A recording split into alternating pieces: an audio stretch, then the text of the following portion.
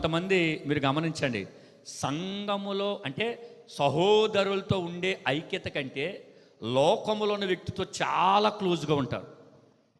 తప్పు అంటే తప్పే అంటాను, తప్పు కాదని కూడా అంటాను. ఎందుకో తెలుసా? వారితో ఎంత పరిధిలో ఉండాలో అంత పరిధిలోనే ఉండాలి. ఎక్కువ ఎవరితో ఉండాలి? ఇప్పుడు కంపు వచ్చే చోట ఉంటామా, కంపు రాని చోట అంటే మంచి స్మెల్ వచ్చే చోట ఉంటామా, దుర్వాసన వచ్చే చోట ఉంటాం? చెప్పండి చెప్పండి. కానీ ఇక్కడ ఎందుకుంటాం? సరే అలాగ వెళ్తున్నాం, ఓ మురికాల వంతులు వచ్చింది, అదే అక్కడ ఏదో చచ్చిపోయింది ఉంది, అక్కడ ఉండాలని మన ఉద్దేశం. అక్కడ రాకుండా మన టైర్ ప్యాచర్ అయింది. ఇప్పుడు ఆ టైర్ ప్యాచ్ వేసుకుని వెళ్ళినంతసేపు మనకు అది తప్పదు. అవునా? మీకు బాగా అర్థమవుతుందా? తప్పదు. అంతా అయిపోయి కూడా నేను ఎక్కడే ఉంటానంటే ఇంతే అయిపోయింది, అరగంటలో గంటలు అయిపోయింది, అమ్మాయ అనుకుని వచ్చేసి. అలాగా లోక సంబంధమైన వ్యక్తుల దగ్గర మనం ఉన్నప్పుడు, ఉండవలసిన పరిస్థితి వచ్చినప్పుడు ఉండగలిగినంతలాగానే ఉండాలి. మాట్లాడవలసిన మాటలే మాట్లాడాలి. అందుకే ఇంకా సూటిగా బైబిల్ అంటుంది, నీ సంతోషములో అన్యుడు పాలిభాగస్తుడు కాకూడదు. నాకు చాలా ఇష్టం. అందుకే నేను చిన్నది చేసిన పెద్ద చేసిన దైవిక సంబంధ వ్యక్తుల్ని పిలుస్తాను, వాళ్ళతోటే ఉంటాను, వాళ్ళతోటే చెప్పుకుంటాను. అలాగని లోక సంబంధ స్నేహితులను బోళి మంది. ఎందుకంటే చెప్పినా, మనం పరిశుద్ధులతో సహవాసం కొనసాగిస్తే, ఆత్మీయులతో సహవాసం కొనసాగిస్తే, ఒకవేళ 10 మందితో మనం కొనసాగిస్తే, 10 మంది ఏ ఒక్కడని పడిపోతే 9 8 7 6 ఎవరో ఒకడో చెయ్యిచ్చి పైకి లేపుతారు. దేవునికి మహిమ కలుగును గాక. అవునా కదా? అవునా? ఇప్పుడు 10 మంది నడిచెళ్తున్నప్పుడు 10 మంది నువ్వు పడిపోతే ఎవడో ఒకడు లేపడా? భౌతిక సంబంధం వ్యక్తి పైకి లేపుతాడు.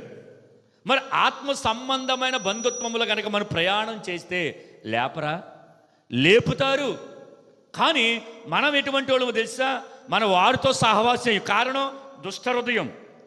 ఆత్మీయులతో మనం రహస్యాలు చెప్పము, కానీ లోక సంబంధ వ్యక్తులతో ఇది ఎవడికి చెప్పకే అన్నట్టు చెప్తాం మనం.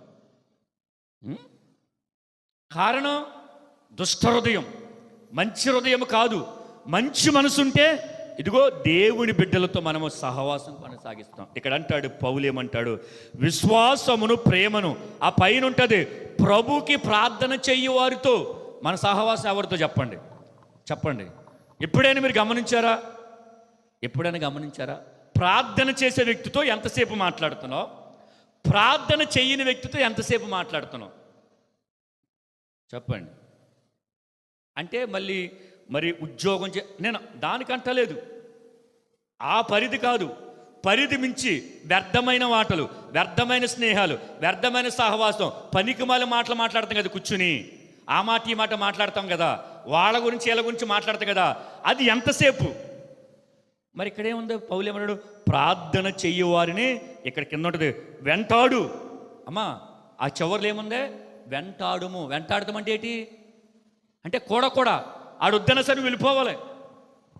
అర్థమైందా? ఇప్పుడు నేను సువార్తకి వెళ్తాను, రమేష్ని రావద్దను, అయినా కానీ వచ్చేయలేడు. వెంటాడు, నేను వస్తాను సువార్తకి. కానీ అక్కడ ఉండదు. రావద్దాడని మానేశాను, చెప్పలేదు కాబట్టి మానేశాను. ఏంటి? దైవిక సంబంధమైన విషయంలో, జీవము గల దేవుని వెంబడించే విషయంలో చెప్పలేదని మానేస్తారు.